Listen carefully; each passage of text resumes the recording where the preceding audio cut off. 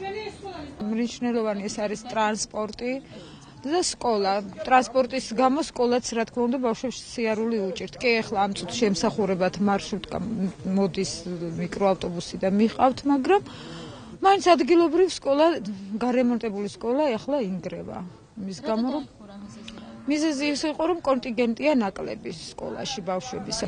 სხვა რა პრობლემებია? მუნიციპალური ტრანსპორტი როდეს მეტი ყოფილა და ეხლა რა მე არაფერი არ ყოფილა, სოფელს ემსახურება, სოფელს არაფერი არ ემსახურება, რუსთავიდან დადის ლილომდე, ისიც 1000-ში ერთხელ დილის საათებში და თვითონ გამარჯვებიდან დადის რუსთავამდე 1 საათში ერთხელ ტრანსპორტი, ისიც თუ გამარჯვებიდან დაიტვირთა, ჩვენთვის არაფერი არ არის.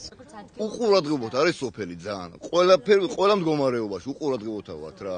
ნაგვის გადასაყრელი არა გვაქვს. ეს სახლის წინაყრია ნაგავია, ნაგავის საყრელი არა გვაქვს და რავი ყველაფერი რა, რაც შეიძლება სოფელს ეკუთვნოდეს, ხო ვაფშე სუისევათ რა. უყურადღებოთ. მეტი არაფერი, რა ვიცი. რა შეიძლება ჩამოთვალო. ბავშვს გართობა არა აქვს, სკოლა არა გვაქვს, ბაღი არა გვაქვს, ბაგა არა გვაქვს. ტრანსპორტი არა გვაქვს.